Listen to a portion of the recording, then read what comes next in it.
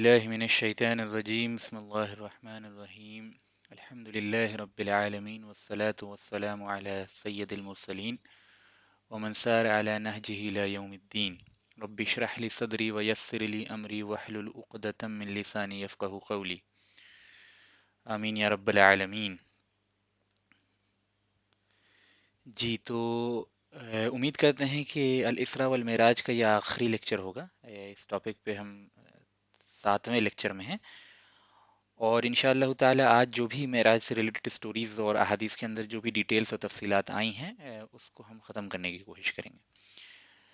تو ابھی رسول اللہ صلی اللہ علیہ وسلم کے واپسی کے سفر کے بارے میں ہم نے پڑھنا شروع کر دیا تھا پچھلے لیکچر میں، لیکن ضمناً ایک بہت بہت اہم بحث سامنے آئی تھی کہ کیا رسول اللہ صلی اللہ علیہ وسلم نے اسراء والمعراج میں، یعنی اسراء میں تو نہیں، ظاہر ہے ان دونوں کے درمیان جو فرق ہے وہ پہلے بتایا جا چکا ہے، معراج میں جب رسول اللہ صلی اللہ علیہ وسلم سدرۃ المنتہا سے اوپر کی طرف گئے اور پھر اللہ جل شانہ سے ملاقات ہوئی، اور پھر وہ باتیں ہوئیں جن کا قرآن و حدیث میں کوئی ذکر نہیں ہے، اور جو بھی چیزیں آپ صلی اللہ علیہ وسلم نے اس کے بعد دیکھی ہیں اس کو امت سے بیان نہیں کیا ہے نا، کیونکہ جیسا کہ علامہ ابن تیمیہ رحمہ اللہ فرماتے ہیں کہ انبیاء علیہم السلام ایسی باتیں لے کر اپنی انسانوں، یعنی ایسی باتیں انسانوں کو نہیں بتاتے ہیں جن کے ذریعے جو ہے وہ ان کی عقلیں بند ہو جائیں، یعنی جو ان کی عقلوں کے مطابق نہیں ہو یا جن چیزوں کو ان کی عقل قبول نہ کر پائے، ان کے ذہنی سطح سے بہت ماورا ہو، تو اس کو نہیں بتاتے انبیاء علیہ السلام، لیکن انبیاء علیہ السلام ایسی چیز لے کے آتے ہیں جو عقلوں کو حیرت میں ڈال دیتی ہے۔ تو اس میں دو باتیں اہم ہیں، ایک، انبیاء علیہ السلام ایسی کوئی بات نہیں بتاتے جو عقل کے مخالف ہوتی ہے، عقل صحیح کے مخالف ہوتی ہے۔ اب کسی کی عقل اس کے خواہشات کی وجہ سے اور جدید تصورات کی وجہ سے کرپٹ ہو گئی ہو تو اس عقل کا اعتبار نہیں، بلکہ ایک عقل سلیمہ جو ہے اس کے خلاف شریعت کے اندر یا انبیاء علیہ السلام کے میسج میں کوئی بات نہیں ہوتی۔ دوسری چیز، انبیاء علیہ السلام ایسی باتیں جو انسانی عقلوں سے بہت ماورا ہیں، جن کا احاطہ یا ادراک بالکل نہیں کیا جا سکتا، یا جن کے بارے میں بالکل بھی نہ سمجھا جا سکے، وہ باتیں بھی نہیں بتاتے ہیں، بلکہ ہاں وہ باتیں ضرور بتاتے ہیں جن سے عقلیں حیرت میں پڑ جائیں، جن سے عقلوں پہ اللہ تعالیٰ کی عظمت اور دین و شریعت کی عظمت اور اللہ تعالیٰ کی قدرت کا احساس جو ہے بڑھ جائے، ٹھیک ہے نا؟ تو ان تین میں سے دو باتیں نہیں بتاتے ہیں، ایک باتیں بتاتے ہیں۔ تو معراج کا، جہاں تک معراج میں جو اللہ جل شانہ سے ملاقاتیں ہوئی ہیں اور وہاں جو معاملات ہوئے ہیں، ظاہر ہے کہ وہ انسانی عقل اس کو نہ سمجھ سکتی ہے، نہ اس کا ادراک و احاطہ کر سکتی ہے، تو اس لیے جو ہے وہ نہیں بتائی گئی، لیکن اس سے ریلیٹڈ یعنی امت کی ہدایت کے تعلق سے جتنی باتیں تھیں وہ ساری باتیں بتائی گئی، ہے نا۔ اب یہاں پہ ایک بہت اہم مسئلہ ہے کہ کیا رسول اللہ صلی اللہ علیہ وسلم نے معراج میں اللہ تعالیٰ سے جب ملاقات کی تو دیدار کا شرف نصیب ہوا یا نہیں ہوا، ٹھیک ہے نا؟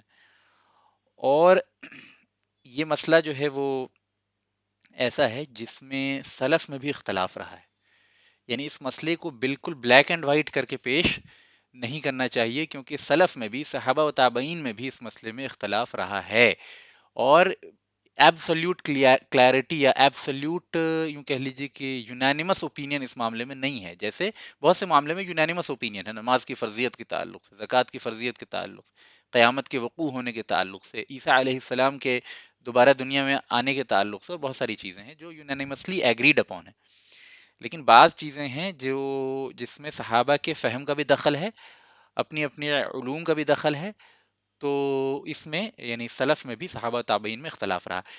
جو حضرات اللہ تعالیٰ کی رؤیت کے قائل ہیں، یعنی کہ رسول اللہ صلی اللہ علیہ وسلم نے دیدار کیا اللہ تعالیٰ کا، ان میں سب سے بڑا نام جو ہے، سب سے بڑا نام ہے عبداللہ ابن عباس رضی اللہ عنہ کا۔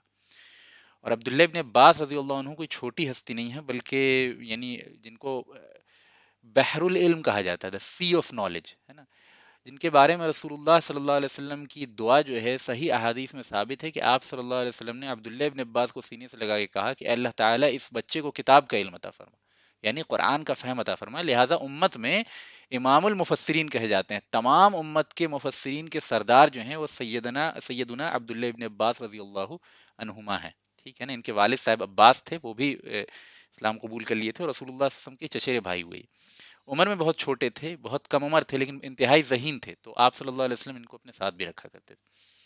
تو ان کی اس معاملے میں ان کا اوپینین یہ تھا کہ اللہ تعالیٰ کو رسول اللہ صلی اللہ علیہ وسلم نے دیدار کیا ہے. اس کے برعکس سیدہ عائشہ رضی اللہ عنہا کا اوپینین یہ تھا، جو آپ صلی اللہ علیہ وسلم کی زوجہ ہیں. ان کا اوپینین یہ تھا کہ نہیں، اللہ تعالیٰ کا دیدار نصیب نہیں ہوا، البتہ جو ہے وہ ہم کلامی ہوئی اور بہت ساری چیزیں ہوئی.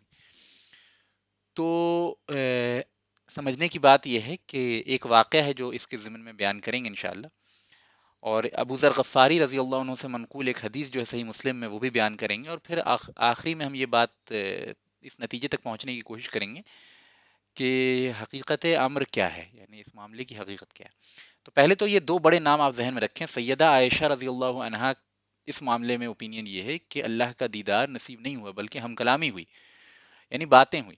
اور سیدنا عبداللہ ابن عباس رضی اللہ عنہما کا ماننا یہ ہے کہ دیدار بھی ہوا. ٹھیک ہے نا. اس تعلق سے علامہ مسروق اور سیدہ عائشہ رضی اللہ عنہا کے درمیان ایک گفتگو ہوئی، جس کو میں آپ کے سامنے بیان کروں گا. پہلے تو یہ سمجھ لیجیے کہ مسروق کون ہے. مسروق ہیں تابعی، صحابی نہیں ہے، یہ تابعی ہیں. اور یہ کن کے اسٹوڈنٹ ہیں؟ یہ عبداللہ ابن مسعود رضی اللہ عنہ کے اسٹوڈنٹ ہیں. بہت بڑے امام عبداللہ ابن مسعود، بہت بڑے صحابی. ان کے بارے میں باضابطہ ایک لیکچر ہم نے دیا تھا اسی سیرت میں، جہاں تک مجھے یاد آ رہا ہے کہ صحابہ کرام پہ جو ظلم و ستم کی داستانیں ہم پڑھ رہے تھے، 5 لیکچر میں ہم نے پڑھا ہے اس مسئلے کو. ان میں سے ایک لیکچر باضابطہ عبداللہ ابن مسعود کے اوپر تھا، ان کے علم و فضل کے بارے میں بھی بیان کیا تھا، اور یہ بھی بتایا تھا کہ 4 سلسلے، یعنی کہ 4 استادوں کے توسل سے عبداللہ ابن مسعود کے ہی اسٹوڈنٹ ہیں امام ابو حنیفہ. یعنی عبداللہ ابن مسعود کے اسٹوڈنٹ مسروق ہو گئے. مسروق کے اسٹوڈنٹس میں سے ایک ہیں بہت مشہور اسٹوڈنٹ ابراہیم نخعی. ابراہیم نخعی کے ہی ایک بہت مشہور اسٹوڈنٹ ہے حماد ابن سلیمان، اور ان کے اسٹوڈنٹ ہیں امام ابو حنیفہ رضی اللہ عنہم اجمعین. تو یہ مسروق بہت بڑے، یعنی علم میں تابعین میں امام گزرے ہیں، اور اہل عراق کے بہت بڑے امام مانے جاتے تھے. تو یہ اما عائشہ رضی اللہ عنہا سے ایک بار ان کا مکالمہ ہوا. تو وہ واقعہ میں آپ کے سامنے بیان کرتا ہوں. تو ایک دفعہ یعنی کہ صحابہ کرام جو ہیں رسول اللہ صلی اللہ علیہ وسلم کی وفات کے بعد بھی عائشہ رضی اللہ عنہا وغیرہ سے مسئلے پوچھنے جاتے تھے، کیونکہ وہ سب سے زیادہ واقف تھیں گھریلو سنتوں سے رسول اللہ صلی اللہ علیہ وسلم کی، اور بہت سی چیزوں سے، چونکہ بیوی ہونے کی وجہ سے بہت قریب تھیں. تو تحصیل علم کے لیے صحابہ جاتے تھے. تو وہ طریقہ یہ ہوتا تھا کہ ایک دیوار ہوتی تھی، اس کے پیچھے کھڑی ہوتی تھی، اور پھر جو ہے مسائل ادھر سے پوچھے جاتے تھے، اس کا جواب دیتی تھی. یہ طریقہ رہا ہے تلقی، علم کی تلقی کا، علم کے قبول کرنے کا، علم حاصل کرنے کا، یہ طریقہ رہا ہے امہات المؤمنین کے ساتھ، عامۃ المسلمین کا. تو علامہ مسروق نے اما عائشہ سے پوچھا کہ قرآن، جب اما عائشہ بتا رہی تھی کہ اللہ کے رسول صلی اللہ علیہ وسلم نے نہیں دیکھا اللہ کو، تو اس پہ مسروق رضی اللہ عنہ نے یہ اعتراض کیا کہ اما عائشہ، قرآن میں تو سورہ نجم میں اللہ تعالیٰ فرماتا ہے وَلَقَدْ رَآهُ بِالْأُفْقِ الْمُبِينِ، کہ بے شک اس نے، یعنی نبی صلی اللہ علیہ وسلم نے اسے دیکھا. اب یہاں پہ اصل میں تھوڑا سا یعنی ہلکا اگر عربی کا قاعدہ آپ سمجھیں تو یہاں ہو جو آپ دیکھ رہے ہیں نا، وَلَقَدْ رَآهُ، ہو اس کو پروناؤن کہتے ہیں، اس کو ضمیر متصل کہتے ہیں. تو یہاں پہ علامہ مسروق کہنا چاہ رہے ہیں کہ یہاں پہ جو ضمیر ہے، یہاں پہ جو پروناؤن ہے، یہ اللہ کو ریفر کر رہی ہے. وَلَقَدْ رَآهُ بِالْأُفْقِ الْمُبِينِ، کہ اس نے اسے دیکھا ہے نا، یعنی رسول اللہ صلی اللہ علیہ وسلم نے اللہ کو دیکھا. یہ علامہ مسروق اس کو انٹرپریٹ کر رہے ہیں اس طرح سے، بالافق المبین، واضح طریقے سے افق کے اوپر دیکھا. وَلَقَدْ رَآهُ نَزْلَةً أُخْرَى، اور اس کو ایک اور مقام پہ ایک اور بار دیکھا. تو اس سے علامہ مسروق یہ کہنا چاہ رہے ہیں کہ یہاں تو اللہ تعالیٰ کہہ رہا ہے کہ رسول اللہ صلی اللہ علیہ وسلم نے اللہ کو دیکھا ہے نا.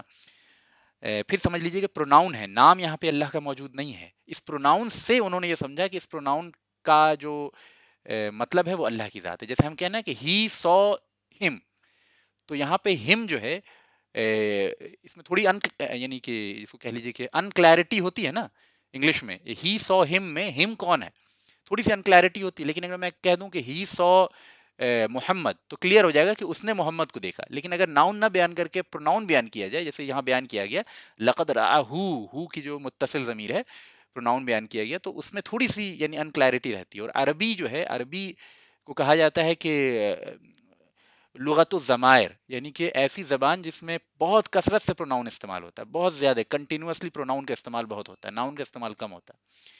تو اسی وجہ سے عربی میں ملٹیپل انٹرپریٹیشنز کے چانسز رہتے ہیں، ہے نا.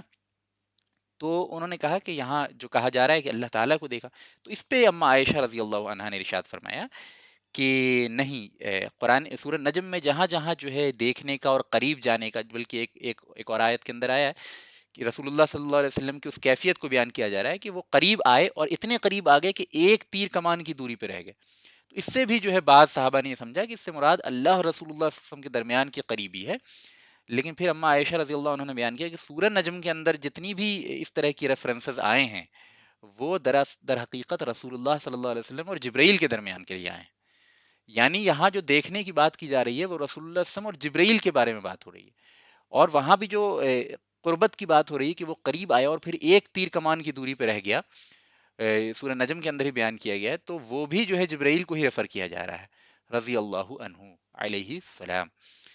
تو اس پہ عائشہ رضی اللہ عنہ نے کہا کہ یہ ساری جو ریفرنسز ہیں وہ سارے کے سارے جبرائیل کے تعلق سے. پھر انہوں نے قرآن مجید کی آیت پڑھی کہ لا تدرکہ الابصار وہو یدرک الابصار وہو اللطیف الخبیر. اما عائشہ نے فرمایا کہ بصیرتیں، ابصار یعنی آنکھیں جو ہیں اس کا احاطہ نہیں کر سکتی، آنکھیں جو ہیں اللہ تعالیٰ کا ادراک نہیں کر سکتی. وہو یدرک الابصار، اور وہ تمام آنکھوں کا احاطہ کرتا ہے. یعنی اللہ تعالیٰ جو ہے وہ تمام آنکھوں کے اوپر، تمام بصارت کا پورا احاطہ کرتا ہے. اور آنکھیں جو ہیں وہ اللہ تعالیٰ کا احاطہ نہیں کر سکتی، اللہ تعالیٰ کو انکمپاس نہیں کر سکتی، اللہ تعالیٰ کا ادراک نہیں کر سکتی. وہ اللطیف الخبیر، اللہ تعالیٰ لطیف ہے، خبیر ہے. اب یہ جو لطیف اور خبیر دو صفتیں آئی ہیں اللہ تعالیٰ کی، اس کے ایکسپلینیشن میں ہم جائیں گے تو پھر بات بہت لمبی ہو جائے گی، تو اس کو بھی اسکپ کر رہے ہیں. بس یوں سمجھ لیجیے کہ اب عائشہ نے اس طرح استدلال کیا کہ آنکھیں جو ہیں اللہ تعالیٰ کا ادراک نہیں کر سکتی، احاطہ نہیں کر سکتی. ورڈ یاد رکھیے گا، یہاں جو ورڈ استعمال ہوا ہے تدرکہ الابصار، اس کا مصدر ہے جو ہے، اس کا جو روٹ ورڈ ہے وہ ادراک ہوتا ہے، ٹھیک ہے نا، کیونکہ آگے اس کو ہم ایکسپلین کریں گے ایک کانٹیکسٹ میں. تو اس طریقے سے اما عائشہ نے ان آیت کے ذریعے، اور اچھا ہاں ایک ورڈ میں بھول گیا کہ اما عائشہ رضی اللہ عنہ نے جب مسروق کا جواب دینا شروع کیا تو کہا کہ میں سب سے پہلی وہ شخص تھی جس نے رسول اللہ صلی اللہ علیہ وسلم سے یہ پوچھا تھا کہ کیا آپ نے اللہ کو دیکھا تھا. تو اس سے ہمیں تھوڑی صراحتاً یہ بات پتہ چلتی ہے کہ عبداللہ ابن عباس کتنے ہی بڑے مجتہد، کتنے ہی بڑے فقیہ اور کتنے ہی بڑے مفسر کیوں نہ ہوں، اور نو ڈاؤٹ بعض معاملات میں عائشہ رضی اللہ عنہا سے زیادہ بڑے عالم ہیں وہ، لیکن قربت رسول صلی اللہ علیہ وسلم کی وجہ سے بعض یعنی یوں کہہ لیجیے کہ رازداری والے معاملات جو ہیں، یا بعض جو بالکل ذاتی رسول اللہ صلی اللہ علیہ وسلم کے تجربات ہیں، ان کو اما عائشہ عبداللہ ابن عباس رضی اللہ عنہما سے زیادہ جانتی تھیں. ٹھیک ہے نا، یہ بالکل صحیح بات ہے، بہت فطری بات ہے نا.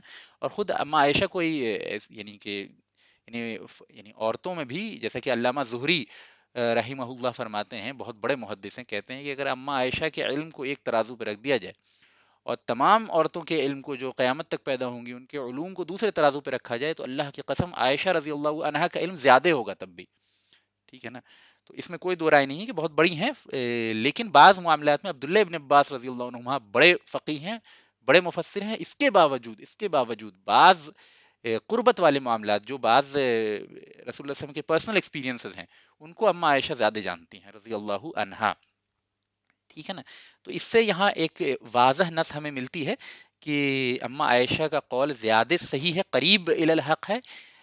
دوسرے قول کو ہم بالکل رد نہیں کر رہے. کیوں نہیں رد کر رہے؟ کیونکہ عبداللہ ابن عباس رضی اللہ عنہما کے اسٹیٹمنٹ ہے، کسی عام آدمی کا نہیں ہے نا، بہت بڑے فقیر اور مجتہد صحابی ہیں.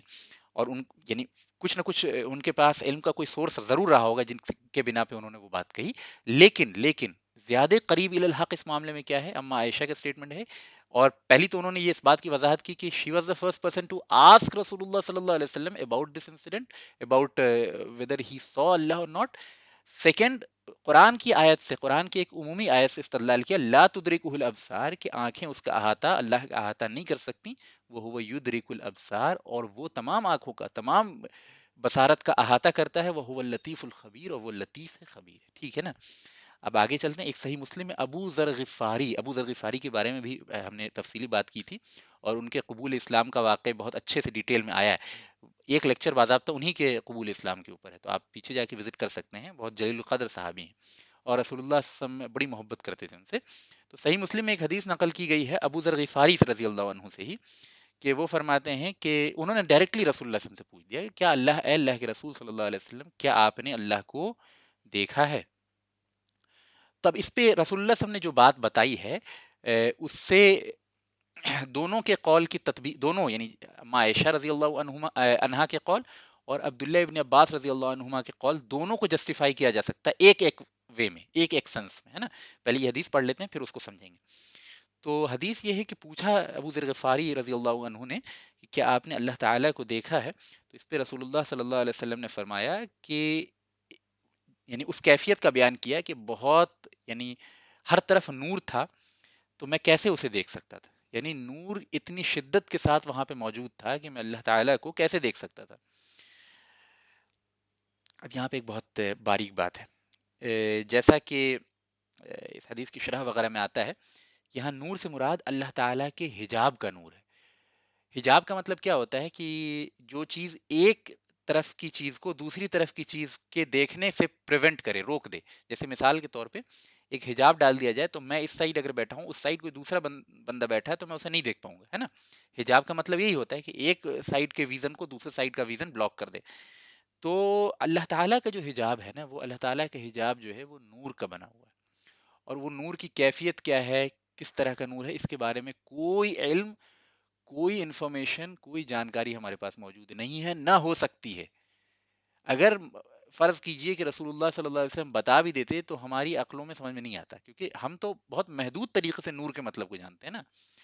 اور ویسے بھی یہی اصول رہا ہے فقہاء و محدثین کا اور ہمیشہ سے صحابہ و تابعین کا، کہ اللہ تعالیٰ نے اپنے بارے میں جو بات کہی یا رسول اللہ صلی اللہ علیہ وسلم نے اللہ تعالیٰ کے بارے میں جو بات کہی، اس پہ ہم من وعن ایمان لاتے ہیں. یعنی جیسے کہی گئی اس پہ ایمان لاتے ہیں، اسی طریقے سے بغیر کیفیت کی اس بات کی ہوئی، یعنی کیفیت ہم نہیں جان سکتے. جیسے امام مالک کا مشہور قول ہے کہ اللہ تعالیٰ کے عرش پہ مستوی ہونے کے تعلق سے فرمایا کہ الاستواء معلوم و کیفیہ مجہول، کہ اللہ تعالیٰ کا عرش پہ مستوی ہونا معلوم ہے، کس طرح مستوی ہے یہ معلوم نہیں ہے. ٹھیک ہے. والایمان بہ واجب، کہ اس چیز پہ اللہ تعالیٰ کے صفت یعنی عرش پہ مستوی ہونے پہ ایمان لانا واجب ہے. والسؤال عنہ بدع، اور اس چیز کے تعلق سے سوال جواب کرنا جو ہے بدعت ہے نا. یعنی اللہ تعالیٰ نے اپنے بارے میں جو چیز بیان فرمائی ہے نا، جیسے اللہ تعالیٰ نے فرمایا کہ اللہ تعالیٰ سمیع ہے، سننے والا ہے، بصیر ہے، دیکھنے والا ہے. یہ ہم اس پہ ایمان لاتے ہیں کہ بے شک اللہ تعالیٰ سننے والا ہے، بے شک اللہ تعالیٰ دیکھنے والا ہے. لیکن یہ سوال کہ اللہ تعالیٰ کیسے سنتا ہے، اللہ تعالیٰ کیسے دیکھتا ہے، کیا اس کا کان ہے، معاذ اللہ ثم معاذ اللہ، کیا اس کی آنکھیں ہیں، معاذ اللہ ثم معاذ اللہ، ایسی باتیں نہیں کرنی ہوتی ہیں. ٹھیک ہے نا. اللہ تعالیٰ ان تمام چیزوں سے ماورا ہے. تو ہم اس صفت پہ ایمان لاتے ہیں، لیکن ہم اس کی کیفیت کو نہیں جانتے. اسی طرح جب رسول اللہ صلی اللہ علیہ وسلم فرماتے ہیں کہ وہاں نور ہی نور تھا تو میں کیسے اللہ کو دیکھ سکتا تھا، تو در حقیقت یہ جاننا چاہیے کہ اللہ تعالیٰ کا حجاب نور کا بنا ہوا ہے. اور اللہ تعالیٰ 70,000 حجاب کے اندر ہیں. اور بعض روایتوں کے اندر آتا ہے کہ اگر اللہ تعالیٰ نور کا وہ پردہ ہٹا دیں تو تمام مخلوقات، تمام کائنات، تمام جنات، تمام جہنم، تمام ملائکہ، ہر چیز جو ما سوا اللہ کے وجود میں رکھتی ہے اس میں ہر چیز آ گئی، یعنی جس کا ایبسلیوٹلی نو ایکسیپشن، ہر چیز جو اللہ کے ما سوا وجود رکھتی ہے وہ سب فنا ہو جائے گی، جل کے راکھ ہو جائے گی. تو لہٰذا اللہ تعالیٰ نے اپنے آپ کو پردے میں رکھا ہے، نور کے پردے کے اندر، تاکہ مخلوقات کا نظام چلتا رہے. ٹھیک ہے نا. تو اللہ کی قوت، اس کی بے پناہ طاقت اور بے پناہ قدرت کا ہم اندازہ نہیں لگا سکتے. لہٰذا رسول اللہ صلی اللہ علیہ وسلم نے کیا فرمایا کہ جیسے مسلم کی دوسری روایت میں آتا ہے کہ اللہ تعالیٰ کا حجاب جو ہے نور کا ہے. اگر اللہ تعالیٰ جو ہے اپنے حجاب کو ہٹا دیں تو اس نور کی شدت کی وجہ سے اور اللہ تعالیٰ کی بے پناہ قدرت کی وجہ سے ہر وہ چیز جو ایگزسٹ کرتی ہے ما سوا اللہ کے، ہر چیز جو ایگزسٹ کرتی ہے، اس میں ملائکہ مقربین آ گئے، تمام انبیاء علیہ السلام آ گئے، جنات و جہنم آ گئے، اور ہر چیز جو اللہ کے ما سوا، ساری کی ساری فنا ہو جائیں گی. لہٰذا ہم ان چیزوں پہ ایمان رکھتے ہیں، ہم اس کی کیفیت کے تعلق سے نہیں جان سکتے، کبھی نہیں جان سکتے، کبھی نہیں جان سکتے. لہٰذا اس میں عقلیں وغیرہ نہیں لگانا چاہیے، کیونکہ بہت انتہائی محدود عقل اور علم ہے ہمارے پاس، اور اللہ تعالیٰ کی صفت بہت ماورا ہے. اس میں ایک چیز یاد رکھ لیجیے، اللہ تعالیٰ کی صفت یعنی اللہ تعالیٰ نے اپنے بارے میں جو ایٹریبیوٹس بیان کیے ہیں اس پہ ہم ایز اٹ از من وعن ایمان لاتے ہیں. اس کی کیفیت کے بارے میں نہیں پوچھتے، اس کی کیفیت کو نہ سمجھ سکتے ہیں، اور اس کو کسی انسان سے یا کسی دوسری مخلوق سے تشبیہ دینے کی، سملیرٹی دینے کی کوشش نہیں کرتے، ہے نا. جیسے اللہ تعالیٰ نے قرآن میں فرمایا ہے کہ یعنی کہ اللہ تعالیٰ جیسی کوئی شے نہیں ہے، یعنی اللہ تعالیٰ کی تشبیہ کسی دوسری چیز کے ساتھ نہیں دی جا سکتی. یعنی اگر اللہ تعالیٰ یہ کہتا ہے کہ اللہ تعالیٰ سنتا ہے، تو ہم یہ نہیں کہہ سکتے کہ اللہ تعالیٰ ہماری طرح سنتا ہے یا کان معاذ اللہ ہے یا اس طرح کی کوئی چیز. اسی طرح اللہ تعالیٰ نے فرمایا وَكَلَّمَ اللَّهُ مُوسَى تَكْلِيمًا، کہ بے شک اللہ تعالیٰ نے جو ہے وہ موسیٰ علیہ السلام کے ساتھ بات کی، کلام کیا. تو ہم یہ اس پہ ایمان رکھتے ہیں کہ اللہ تعالیٰ نے کلام کیا، لیکن کلام کرنے کا مطلب یہ نہیں ہے کہ معاذ اللہ اس کی زبان یا منہ اس طرح کی باتیں، معاذ اللہ اس سے ایمان جو ہے فاسد ہو جاتا ہے انسان کا. لہٰذا یہ کلام کرنے کے لیے انسان جو ہے اپنے منہ پہ، اپنی آواز پہ، اپنی تھروٹ پہ، اپنی زبان پہ، اپنی دانت وغیرہ پہ ڈپینڈنٹ ہے. اللہ تعالیٰ ان تمام چیزوں سے بہت ماورا ہے، بہت ماورا ہے. لہٰذا انسان سے کوئی تشبیہ نہیں دینی، انسان سے کوئی سملیرٹی، کسی مخلوق سے کوئی سملیرٹی نہیں دینی، اور ان چیزوں کو ماننا بھی ہے جن چیزوں کے بارے میں بیان کیا گیا ہے نا. تو اس ابو ذر غفاری رضی اللہ عنہ کی اس حدیث سے یہ واضح ہوا کہ رسول اللہ صلی اللہ علیہ وسلم نے صراحت کی کہ نور کے بے انتہا شدت کی وجہ سے اللہ تعالیٰ کا براہ راست دیدار نہیں ہوا، لیکن اللہ تعالیٰ کے حجاب کو رسول اللہ صلی اللہ علیہ وسلم نے دیکھا. اور یہ وہ چیز ہے جس کو آپ صلی اللہ علیہ وسلم سے پہلے اور کسی مخلوق نے، کسی نبی نے، کسی فرشتے نے، کسی نے بھی جو ہے وہ چیزیں نہیں دیکھی. لہٰذا اس سے پتہ چلتا ہے کہ آپ صلی اللہ علیہ وسلم اس مقام تک پہنچ گئے جہاں سے پہلے کسی مخلوق کا وہم و گمان بھی نہیں گیا ہے نا. یعنی وہاں ٹریول کرنا اور اس مقام تک جانا تو دور کی بات ہے، اس تک وہم و گمان بھی جو ہے وہ اس تک انسان کسی مخلوق کے خیالات و تصورات بھی جو ہیں وہاں تک نہیں پہنچ سکتے. لہٰذا اگر عبداللہ ابن عباس رضی اللہ عنہما کے اسٹیٹمنٹ کو اس طرح انٹرپریٹ کیا جائے کہ واٹ ہی مینٹ از کہ اللہ تعالیٰ کے حجاب کو رسول اللہ صلی اللہ علیہ وسلم نے دیکھا، تو وہ بات صحیح ہو جائے گی. اور اما عائشہ کا یہ کہنا کہ نہیں دیکھا، تو اس سے مراد بنفس نفیس اللہ رب العالمین کی ذات شریف کو نہیں دیکھا ہے نا. آپ سمجھ رہے ہیں نا. تو اور استدلال کیسے کیا اما عائشہ نے کہ لا تدرکہ الابصار وہو یدرک الابصار، کہ نگاہیں اس کا ادراک نہیں کر سکتی اور وہ تمام نگاہوں کو کا احاطہ کیے ہوا ہے، تمام نگاہوں کا ادراک کیے ہوا ہے، اس سب کے اوپر جو ہے وہ احاطہ کر رہا ہے. تو دونوں باتیں سمجھ میں آ گئی نا. تو اگر کہا جائے کہ ذات شریف کو، اللہ تعالیٰ کی ذات کو رسول اللہ صلی اللہ علیہ وسلم نے دیکھا، تو اقرب الی الحق، حق کے قریب تر وہی بات ہے جو اما عائشہ کہتے ہیں کہ نہیں دیکھا. لیکن یہ سمجھنا ہے کہ آپ صلی اللہ علیہ وسلم اس مقام تک چلے گئے جس تک کسی دوسری مخلوق نے کبھی نہیں گئی، اور آپ نے اللہ رب العالمین کے حجاب کا مشاہدہ کیا، تو یہ بات جو ہے صحیح ہو جاتی ہے. یعنی صحیح مسلم کی ابو ذر غفاری والی روایت کو لے لیجئے، صحیح مسلم کی دوسری نور والی روایت کو لے لیجئے، بخاری کی غالباً یہ اما عائشہ والی، یا تو بخاری میں، یہ مسند احمد میں موجود ہے، اما عائشہ اور مسروق رضی اللہ عنہ کے درمیان جو ڈائلاگ ہوا، اس یعنی تمام روایات کو سامنے رکھ کے یہ رزلٹ سامنے آتے ہیں. میں سمجھتا ہوں بات تھوڑی کلیئر ہو گئی، ٹھیک ہے نا. چلیے یہاں پہ ایک ضمناً ایک سائیڈ پوائنٹ بیان کرتا چلوں جو بہت اہم ہے، کیونکہ اس آیت سے، جو آیت میں نے آپ کے سامنے پڑھی ہے، جو اما عائشہ رضی اللہ عنہا نے پڑھی، لا تدرکہ الابصار، کہ نگاہیں اس کا احاطہ نہیں کر سکتی، وہ یدرک الابصار، بلکہ وہ جو ہے تمام نگاہوں کا احاطہ کرتا ہے. اس سے بعض لوگوں کو کنفیوژن یہ ہوا، یعنی کہ مین اسٹریم مسلمانوں کو کنفیوژن نہیں ہوا، لیکن بعض جو گمراہ فرقے ہیں معتزلہ وغیرہ، ان کو یہ یعنی کنفیوژن ہوا کہ اللہ تعالیٰ کو جنت میں بھی نہیں دیکھا جا سکتا ہے نا. کیونکہ یہاں تو واضح الفاظ میں کہا جا رہا ہے کہ آنکھیں اس کا احاطہ نہیں کر سکتی ہے نا.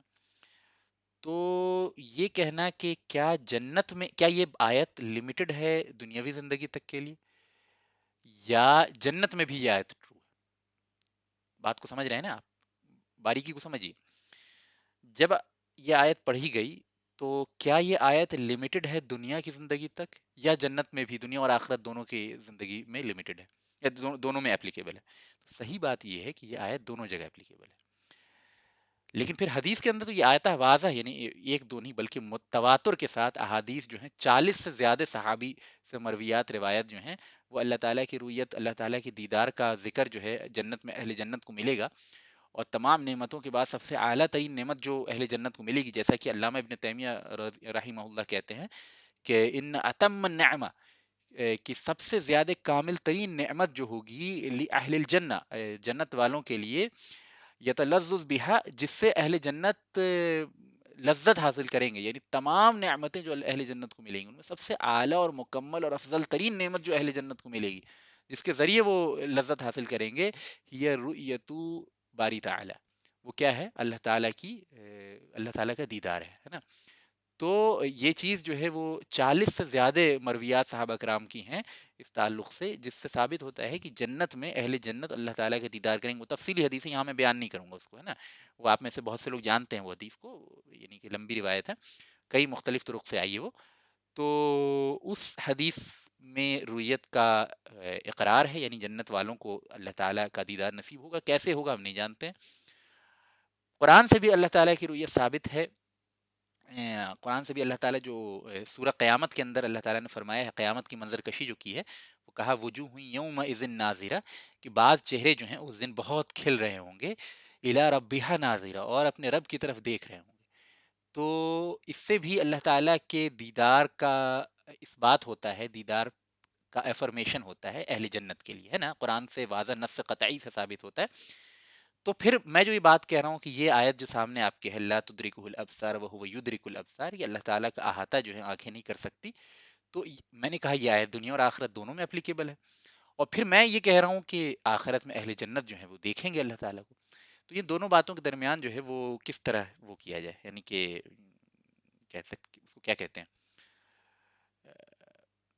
تطبیق دی جائے، ہے نا. ان دونوں کے درمیان جو ہے ریکنسائل کس طرح کیا جائے. تو پہلی چیز سمجھ لیجئے، ورڈ ادراک. ادراک ورڈ ہوتا ہے کسی بھی چیز کا احاطہ کرنا. ادراک کا مطلب کسی بھی چیز کا احاطہ، یعنی مکمل اس چیز کو یعنی اگر دیکھنے کے سنس میں کہا جائے تو مکمل دیکھ لینا، اگر سمجھنے کے سنس میں کہا جائے تو مکمل سمجھ لینا. تو ادراک ورڈ جو ہے نا وہ اللہ تعالیٰ کے لیے بندوں کے کانٹیکسٹ میں ویلڈ نہیں ہے. یعنی بندے جنت میں پہنچ کے بھی مکمل ادراک اللہ کا نہیں کر سکتے. اللہ تعالیٰ کا بہت زبردست معرفت وہاں حاصل ہوگی، لیکن ادراک کامل جو ہے وہ اللہ تعالیٰ کا حاصل بندوں کو نہیں ہو سکتا. لہٰذا جب اس بات کو یہاں بیان کیا جا رہا ہے لا تدرکہ الابصار، کہ آنکھیں اس کا احاطہ نہیں کر سکتی، تو یہاں مکمل احاطے کی بات ہو رہی ہے. رؤیت باری تعالیٰ کا انکار یہاں نہیں ہو رہا. جو اہل جنت جو اللہ تعالیٰ کو دیکھیں گے اس کا انکار نہیں ہو رہا، کیونکہ وہ تو قرآن سے ثابت ہے. سورہ قیامت کی آیت جو ہے واضح طور پہ وجوہ یومئذ ناظرہ الی ربہا ناظرہ، کہ جو ہے وہ چہرے اس دن، بعض چہرے اس دن انتہائی تر و تازہ ہوں گے، اپنے رب کی طرف دیکھ رہے ہوں گے. تو اس سے بھی واضح ثابت ہوتا ہے کہ اللہ تعالیٰ کی رویت ثابت ہے، قرآن سے ثابت ہے، احادیث میں متواتر احادیث 40 سے زیادہ صحابہ کرام سے مرویات سے ثابت ہے رویت باری تعالیٰ، یعنی اللہ تعالیٰ کا دیکھا جانا اہل جنت کے لیے. لیکن اس سے رویت ثابت ہوتی ہے، اللہ تعالیٰ کا مکمل ادراک ثابت نہیں ہوتا. لہٰذا یہ قرآن کی آیت جو ہے یہ اپنی جگہ ویلڈ ہے، لا تدرکہ الابصار، کہ آنکھیں اس کا مکمل احاطہ نہیں کر سکتی. تو آپ سمجھ گئے بات کو. ویژن ایک چیز ہوتی ہے، اور کمپلیٹ یوں کہہ لیجیے کہ یعنی کہ اللہ تعالیٰ کی پوری ذات کا احاطہ کر کے، یعنی پوری کی مکمل معرفت، یہ ایک الگ چیز ہوتی ہے. تو یہ آیت بھی اپنی جگہ ٹرو ہے، اور اہل جنت کا جنت میں اللہ تعالیٰ کو دیکھنا یہ بھی اپنی جگہ ٹرو، اور یہ بہت ون آف دا فاؤنڈیشنل عقیدے میں سے ایک ہے. یعنی جو شخص اس بات پہ ایمان نہیں لاتا اس کا ایمان انتہائی ناقص ہے، بلکہ وہ قرآن کی آیت کو سامنے رکھ کے بھی اگر اس کا منکر ہوتا ہے تو پھر وہ کافر ہو جائے گا.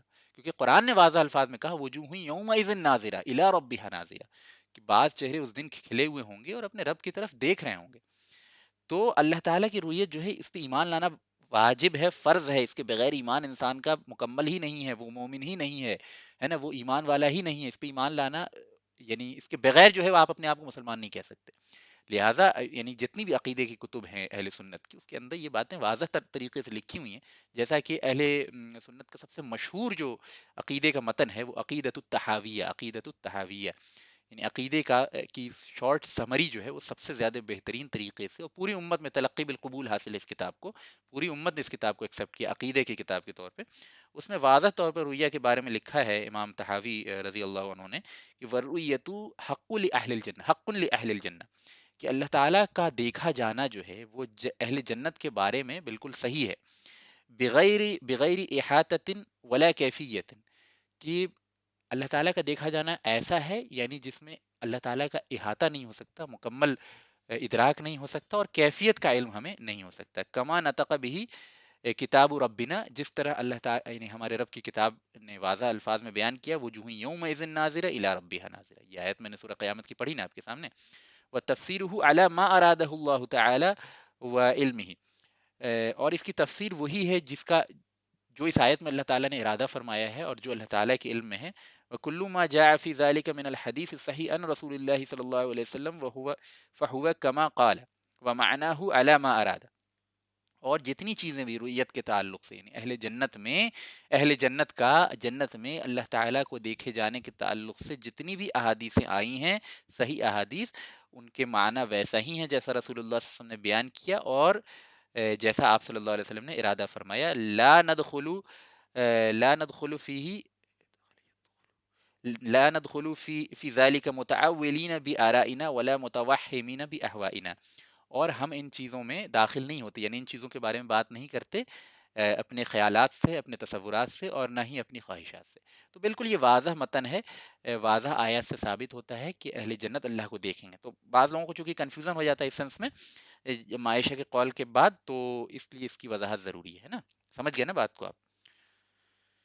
تو آگے چلتے ہیں جی۔ اب معراج سے واقع واپسی کی کچھ اسٹوریز۔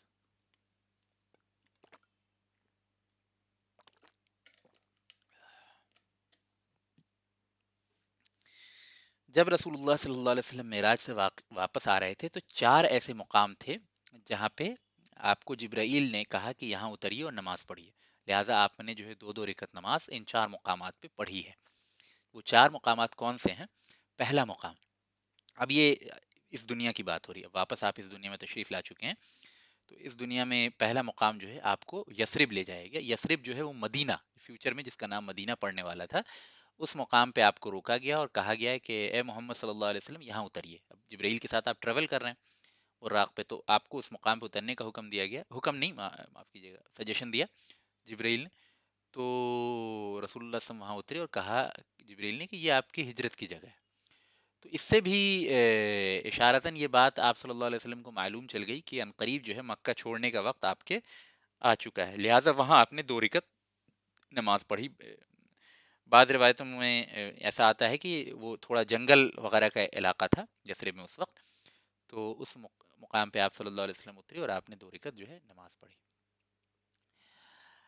پھر سیکنڈ اسٹاپ جو آپ کا تھا، یعنی دوسرے مقام جہاں پہ آپ رکے، اب میں ترتیب سے نہیں بتا رہا ہوں، بس وہ 4 پوائنٹس بتا رہا ہوں۔ دوسرے مقام جہاں پہ پہنچ کے جبرائیل نے آپ سے کہا کہ اے رسول اللہ صلی اللہ علیہ وسلم یہاں اتر جائیے اور یہاں 2 رکعت نماز پڑھیے، وہ تھا طور سینا، ماؤنٹ سینائی جس کو کہا جاتا ہے، یعنی موسیٰ علیہ السلام جہاں پہ ہم کلامی کیا کرتے تھے اللہ تعالیٰ سے، وہ بھی بابرکت مقام تھا نا، وہ بھی بہت عزت والا مقام تھا۔ تو اس مقام پہ بھی اتر کے آپ صلی اللہ علیہ وسلم کو کہا گیا کہ یہاں نماز پڑھیے۔ پھر وہاں سے چلے آگے، تو تیسرا مقام جہاں آپ کو کہا گیا اترنے کے لیے، وہ عیسیٰ علیہ السلام کی پیدائش کی جگہ تھی، یعنی جس کو بیت الحم کہا جاتا ہے، بیت الحم عربی میں، اس کو بیتھولم اور بیتھلیم ایسے بھی کہتے ہیں جو ان کی زبان ہے، یا انگلش میں بھی ایسے ہی کہتے ہیں۔ تو عیسیٰ علیہ السلام کے پیدا ہونے کی جو جگہ تھی، اس مقام پہ بھی آپ صلی اللہ علیہ وسلم سے کہا گیا کہ آپ یہاں اتریے اور نماز پڑھیے، تو آپ نے وہاں بھی 2 رکعت نماز پڑھی۔ چوتھی جگہ جہاں آپ نے نماز پڑھی وہ موسیٰ علیہ السلام کے قبر سے متصل ایک جگہ تھی، یعنی اس کے پاس ہی ایک جگہ تھی۔ تو خود رسول اللہ صلی اللہ علیہ وسلم کے الفاظ موجود ہیں صحیح مسلم وغیرہ کے کہ میں موسیٰ علیہ السلام کے قبر کے پاس سے گزرا، تو کوئی لال گھاٹی تھی وہاں پہ، اس مقام سے گزرا، تو آپ صلی اللہ علیہ وسلم نے ارشاد فرمایا کہ میں نے موسیٰ علیہ السلام کو پھر دیکھا کہ وہ اپنی قبر کے اندر جو ہے نماز پڑھ رہے ہیں۔ تو اب چونکہ موسیٰ علیہ السلام کے تعلق سے ایک بات سمجھ لیجیے کہ بیت المقدس کے بہت قریب ہی ان کی قبر ہے نا، کیونکہ وہ دعا کیا کرتے تھے جب ان کے موت کا وقت قریب آیا تو ان کی خواہش تھی کہ بیت المقدس فتح ہو جائے۔ اب یہ الگ واقعہ ہے، بنی اسرائیل کو ریگستان میں بھٹکا دیا گیا تھا، وہ اس زمانے کا واقعہ ہے۔ تو انہوں نے دعا کیا کہ اللہ تعالیٰ اگر میری زندگی میں بیت المقدس کی فتح نہیں ہے، تو انہیں نہیں لکھی ہے، تو مجھے یعنی بیت المقدس سے اتنے قریب کر دے کہ یعنی کہ ایک اسٹون تھرو کرنے کا ڈسٹینس جتنا ہو اتنے قریب کر دے۔ بخاری وغیرہ کی روایت میں یہ بات آئی ہے۔ تو جب موسیٰ علیہ السلام کی موت کا وقت قریب آیا تو وہاں فرشتے لے گئے اور پھر وہاں ان کی روح جو ہے قبض کی اور وہیں ان کو دفنایا گیا۔ اور چونکہ انبیاء علیہ السلام کی سنت یہ ہوتی ہے کہ جس مقام پہ ان کی روح نکلتی ہے وہیں پہ ان کی قبر بنتی ہے نا، ایسا یعنی ان کو دوسری جگہ نہیں لے جایا جاتا، جس جگہ ان کی روح نکلتی ہے اسی جگہ ان کی قبر بنتی ہے۔ یہی وجہ ہے کہ رسول اللہ صلی اللہ علیہ وسلم کا جس بستر شریف پہ آپ کا انتقال ہوا، جس پہ آپ کی روح کو ملک الموت نے نکالا، اسی کے نیچے آپ کی قبر بنی ہے نا، وہ ام عائشہ کے حجرے میں۔ تو یہ موسیٰ علیہ السلام کی قبر جو ہے وہ بہت قریب تھی یروشلم سے، تو وہاں پہ بھی آپ صلی اللہ علیہ وسلم نے نماز پڑھی۔ تو یہ 4 مقامات تھے جہاں پہ آپ صلی اللہ علیہ وسلم نے نماز پڑھی۔ اس سے ایک اور چیز ضمناً نکل کے آتی ہے سامنے کہ اگر کوئی واقعتاً تبرک والے مقامات ہیں تو وہاں پہ نماز پڑھنا جو ہے اچھی بات ہے، لیکن جھوٹے تبرکات کی تعظیم پھر نہیں کی جائے گی، اس میں بدعات اور خرافات جو لوگ کرتے ہیں اس وہ ظاہر ہے کہ وہ ایکسیپٹیبل چیز نہیں ہے. لیکن اگر کسی کا یعنی حقیقتاً ثابت ہو جائے کہ یہ برکت والے مقام ہے، جیسے یہ مان لیتے ہیں موسیٰ علیہ السلام کا گھر تھا، یا یہ عیسیٰ علیہ السلام کی جائے پیدائش تھی وغیرہ وغیرہ، تو اس میں جو ہے عبادت کرنا اور اس کی برکت سے فیضیابی حاصل کرنا یہ بالکل جائز ہے نا، اس میں کوئی حرج کی بات نہیں ہے. اب ظاہر ہے کہ اس میں بہت ساری شرکی اور بدعات وغیرہ کا انٹروڈکشن ہو جائے تو وہ اپنے آپ میں مردود چیز ہو جائے گی. لیکن جب تک ان چیزوں کا داخلہ اس میں نہیں ہے تو اپنے آپ میں بابرکت مقامات کی تعظیم اور ان میں عبادت وغیرہ کرنا یہ اپنے آپ میں اچھی چیز ہے. ٹھیک ہے نا. تو یہ تھی آپ کی معراج سے ریٹرن کے بارے میں زیادہ تفصیلات احادیث کے اندر نہیں آئیں. اب آگے چلتے ہیں. اب جب آپ صلی اللہ علیہ وسلم مکہ کے اندر آئے ہیں تو آپ کو یعنی جبرائیل نے براق کے ساتھ جو ہے حرم شریف میں ہی اتارا. مکہ میں آپ کو لے کہاں سے گئے تھے؟ مسجد حرام سے ہی لے گئے تھے نا، تو مسجد حرام میں ہی لا کے اتارا. تو اس کی یعنی اس تعلق سے جو قاضی ایاز امام قاضی ایاز رحمہ اللہ کی کتاب ہے الشفا، یعنی سیرت النبی صلی اللہ علیہ وسلم کے اوپر بڑی اچھی کتاب ہے. اس میں تھوڑی تفصیلات زیادہ ہیں اس واقعے سے ریلیٹڈ. تو جب آپ صلی اللہ علیہ وسلم واپس آئے تو مسجد حرام میں بیٹھے ہوئے تھے، تو سب سے پہلا شخص جس سے ملاقات ہوئی وہ ابو جہل تھا، ہے نا، عمرو بن ہشام. تو ابو جہل نے آپ صلی اللہ علیہ وسلم کو دیکھا. آپ صلی اللہ علیہ وسلم پہ ظاہر ہے کہ وہ ایک نارمل کیفیت میں تو نہیں تھے نا اس وقت، تو کچھ پریشانی کے آثار آپ کے اوپر ظاہر تھے. ظاہر ہے کہ اتنا بڑا انسیڈنٹ آپ کے ساتھ ہو، پھر اس کو بتانا بھی تھا. ایسا نہیں تھا کہ یہ آپ کی ذاتی زندگی تک محدود رہ جانے والی چیز تھی، اس کو بتانا بھی تھا امت کو، اس کو بتانا بھی تھا قریش کو. تو بہت بڑی ذمہ داری تھی. آپ ذرا تصور کریں کہ اتنے زبردست اسفار کر کے سفر کر کے کوئی انسان آیا ہے، اتنی عجیب و غریب چیزیں دیکھی. اب وہ جب لوگوں کو بیان کرے گا تو کون اس کی بات، یعنی اس کی بات پہلے ہی اتنے لوگ جان کے دشمن بنے ہوئے ہیں، اب اس کو یہ بات بھی پہنچانی ہے صلی اللہ علیہ وسلم. تو ظاہر ہے کہ یہ ایک مشکل مقام تھا. آپ صلی اللہ علیہ وسلم وہ محسوس کر رہے تھے اس چیز کو، اس کے آثار آپ کے چہرے پہ ظاہر تھے. تو ابو جہل نے کہا کہ کچھ پریشانی کی بات ہے کیا؟ اب اس نے ظاہر ہے کہ وہ بہت بڑا دشمن تھا، اس نے مذاقیہ نیت سے کہا. تو اس پہ آپ صلی اللہ علیہ وسلم نے فرمایا کہ میں یعنی کہ پچھلی رات جو ہے عشاء کی نماز مسجد حرم میں پڑھی، اور پھر میں رات بیت المقدس تک گیا اور وہاں پہ فلاں فلاں فلاں نبی کی امامت کی، اور اس طرح سے واقعات شارٹ میں آپ نے سمرائز کر کے بتایا. پھر کہا کہ میں نے ابراہیم سے، موسیٰ سے، عیسیٰ علیہ السلام وغیرہ سے ملاقات کی، پھر ان کو میں نے نمازیں پڑھائی، ان سے باتیں کی. تو اب ظاہر ہے کہ ابو جہل کو مسالہ مل گیا اس کے اپنے سمجھ کے مطابق. لیکن آپ صلی اللہ علیہ وسلم کی مجبوری تھی کہ آپ سے اگر کوئی پوچھے تو آپ جھوٹ نہیں بول سکتے تھے، ہے نا. اگر ایک تو یہ کہ آپ جھوٹ نہیں بول سکتے تھے، معاذ اللہ وہ تو کوئی نیک انسان بھی نہیں بولے، لیکن آپ کے اوپر یہ بھی ذمہ داری تھی کہ آپ ان حقائق کو لوگوں تک بتائیں، لوگوں کو پہنچائیں. ٹھیک ہے اتنی تفصیلات کے ساتھ جتنی یعنی کہ ضروری نہیں تھا، لیکن ایک لب لباب اس کا بتانا تھا. آپ کو معراج آپ کو انعام کے طور پہ دی گئی تھی، اور نبی تھے، کوئی بات چھپا بھی نہیں سکتے تھے.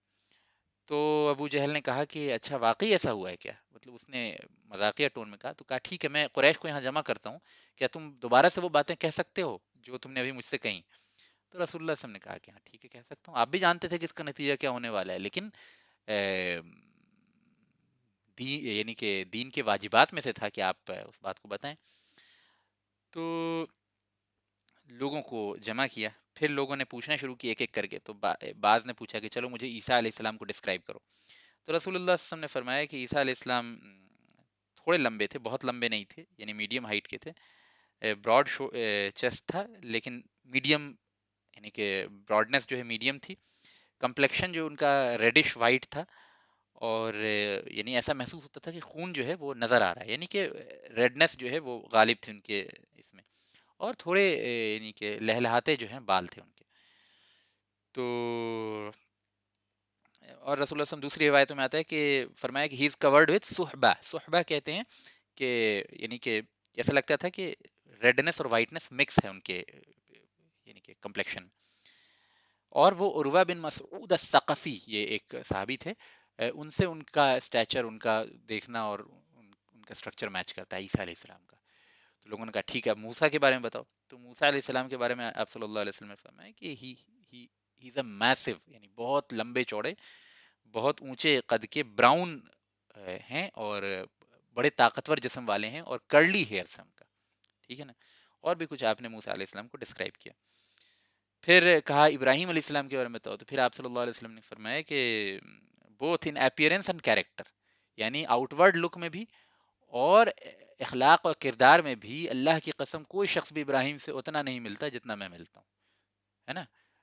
تو یہ بھی ابراہیم علیہ السلام کی بھی فضیلت اس سے واضح ہوتی ہے. خود رسول اللہ صلی اللہ علیہ وسلم کا جو ایک خاص تعلق ابراہیم علیہ السلام کے ساتھ ہے وہ بھی واضح ہوتا ہے.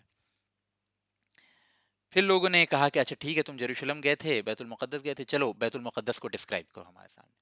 یہاں پہ ایک تھوڑا سا باریک نقطہ سمجھ لیجیے. آپ صلی اللہ علیہ وسلم نے بیت المقدس کو جو دیکھا وہ اس کیفیت پہ دیکھا جس طریقے سے سلیمان علیہ السلام کے زمانے میں موجود تھا. عرب میں جس وقت آپ ابھی موجود ہیں، یعنی آپ صلی اللہ علیہ وسلم کے زمانے میں بیت المقدس اپنی اصلی شکل میں باقی نہیں تھا، بہت ہی ڈسٹرائڈ اسٹرکچر تھا. وہاں گھوڑے وغیرہ باندھے جاتے تھے، کوڑے وغیرہ پھینکے جاتے تھے، یعنی کہ عیسائیوں نے بہت ظلم کر کے یہودیوں کی جو عبادت گاہیں تھیں سب کو ڈسٹرائے کر دیا تھا. تو اس وقت کا بیت المقدس آپ صلی اللہ علیہ وسلم نے تو نہیں دیکھا نا. آپ صلی اللہ علیہ وسلم نے تو آپ کے سامنے وہ چیزیں ظاہر ہوئی تھیں، آپ کے سامنے انبیاء علیہ السلام آئے تھے، تو آپ یعنی وقت کے اعتبار سے وہ یروشلم دیکھ رہے تھے جو سلیمان علیہ السلام نے بلڈ کیا. اب ظاہر ہے کہ یہ والا اگر ڈسکرائب کریں گے ان کو تو یہ تو انکار کر دیں گے، کہیں گے ایسا تو ہے ہی نہیں بیت المقدس، ایسا نہیں، ایسا ہے. اس وقت آپ صلی اللہ علیہ وسلم خود ارشاد فرماتے ہیں کہ مجھے تھوڑی پریشانی محسوس ہوئی. پھر اللہ تعالیٰ نے جو ہے وہ اس وقت کی بیت المقدس کی تصاویر میری آنکھوں کے سامنے کر دی. پھر میں نے ایک ایک کر کے وہ جو مجھ سے جو پوچھتا جاتا میں اس کو بتاتا جاتا. گویا ایک طرح سے آپ ذرا تصور کیجئے ورچوئل ریالٹی کائنڈ آف، کہ وہ پورا اسٹرکچر آپ کے سامنے آ گیا. کوئی دائیں جانب سے پوچھتا تو میں دائیں جانب سے دیکھ کے بتا دیتا، کوئی بائیں جانب سے پوچھتا تو بائیں جانب سے. یعنی کہ اس وقت جو بیت المقدس کی کیفیات اور ہیبت تھی وہ آپ صلی اللہ علیہ وسلم کے اوپر غیبی طور پہ ظاہر ہو گئی ہے نا. تو لوگوں کے سوالات کا جواب دے دیا. پھر ایک اور چیز آئی اس میں سامنے آئی کہ آپ صلی اللہ علیہ وسلم نے مثال یعنی کہ پروف کے طور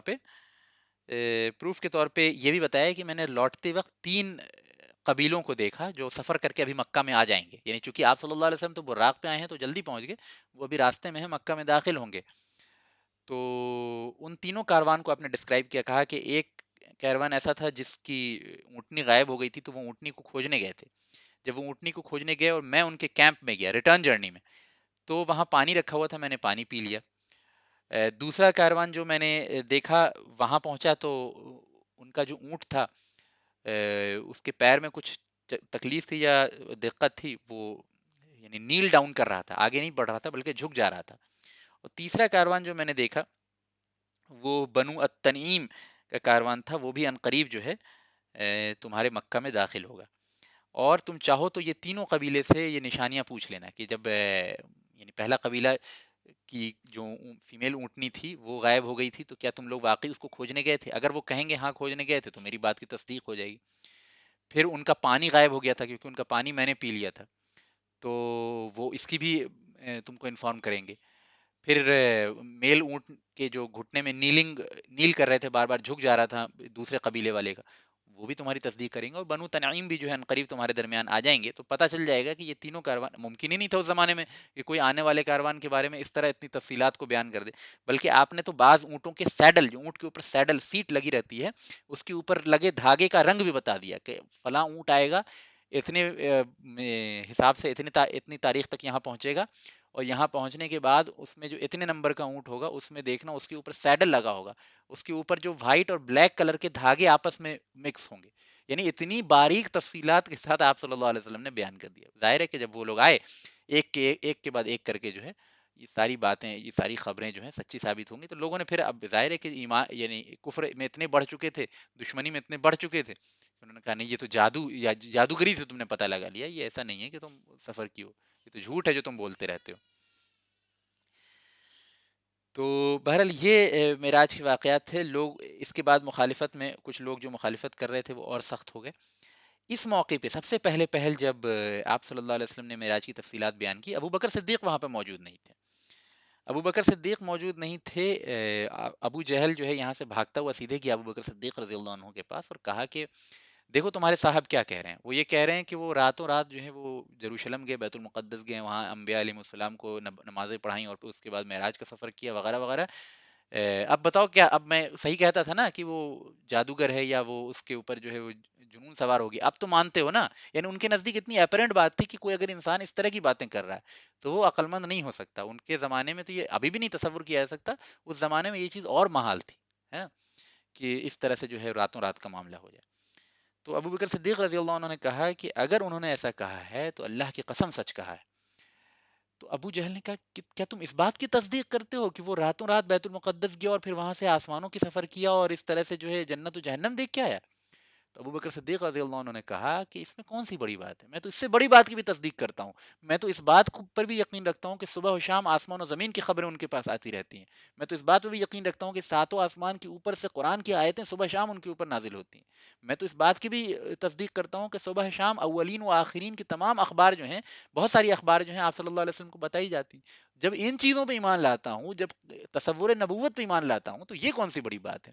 جب وہ نبی ہی ہیں، جب وہ اللہ کے مبعوث کیے ہوئے ہی ہیں، تو ان کے لیے جب ان کے پاس آسمانوں سے وہی اترتی رہتی ہے، تو پھر یہ کون سی، اس میں کون سی بڑی بات ہے کہ وہ جو ہے وہ سفر کر کے چلے گئے؟ تو یہ جو اس شرح صدر کے ساتھ ابو بکر صدیق رضی اللہ عنہ نے آپ صلی اللہ علیہ وسلم کی جو تصدیق کی، اس کے بعد آپ کا نام جو ہے صدیق پڑ گیا. صدیق یعنی، یہ صدیق یعنی کہ ایک مطلب تو ہوتا ہے بہت سچا، ایک مطلب ہوتا ہے تصدیق کرنے والا، ہے نا، افرم کرنے والا. تو سب سے پہلے جو ہے سب سے زیادہ شرح صدر اور مضبوطی کے ساتھ ابو بکر صدیق رضی اللہ عنہ نے اس واقعے کی تصدیق کی. تو اس طرح سے آپ صلی اللہ علیہ وسلم کا سفر معراج جو ہے ختم ہوا، اور اس کے اثرات جو مکہ کے اندر پڑے وہ آپ کے سامنے آ گئے. کچھ وزڈمز کے پوائنٹ جو الاسراء والمعراج سے سامنے نکل کے آتے ہیں وہ انشاءاللہ ہم نیکسٹ لیکچر میں کور کریں گے. اور پھر ہم جو ہے معراج کے بعد مدینہ مکے کے اندر جو حالات ہوئے اور آپ صلی اللہ علیہ وسلم نے آگے کیا اقدامات لیے، قریش کی طرف سے کس طرح سے جو ہے وہ مخالفت وغیرہ کا سلسلہ رہا، اس کی تھوڑی تفصیلات جو ہے انشاءاللہ. پھر مدینہ کے ہجرت کے جو راستے ہموار ہوئے، یا کس طرح آپ صلی اللہ علیہ وسلم کا مختلف قبائل سے معاملات رہے اور کس طرح جو پاسبلٹی بنی مدینہ کی ہجرت کی، یہ ساری باتیں جو انشاءاللہ تفصیل کے ساتھ دھیرے دھیرے کر کے ہم نیکسٹ ٹو نیکسٹ لیکچرز میں پڑھتے رہیں گے. تو انشاءاللہ یہیں پہ میں آج کے اپنے اس لیکچر کو کلوز کرتا ہوں، اور اللہ تعالیٰ سے دعا کرتا ہوں جو خطا ہو گئی دوران لیکچر اللہ تعالیٰ اس کو معاف کر دیں، اور جو صحیح بات ہو گئی اللہ تعالیٰ اس کو قبول کرے اور اس پہ عمل کرنے کی جو ہے وہ ہم لوگوں کو توفیق عطا فرمائے. آمین یا رب العالمین والحمد للہ رب العالمین. انشاءاللہ میں ایک ایک کر کے جو ہے اب آپ لوگوں کے سوال جواب لے لوں گا.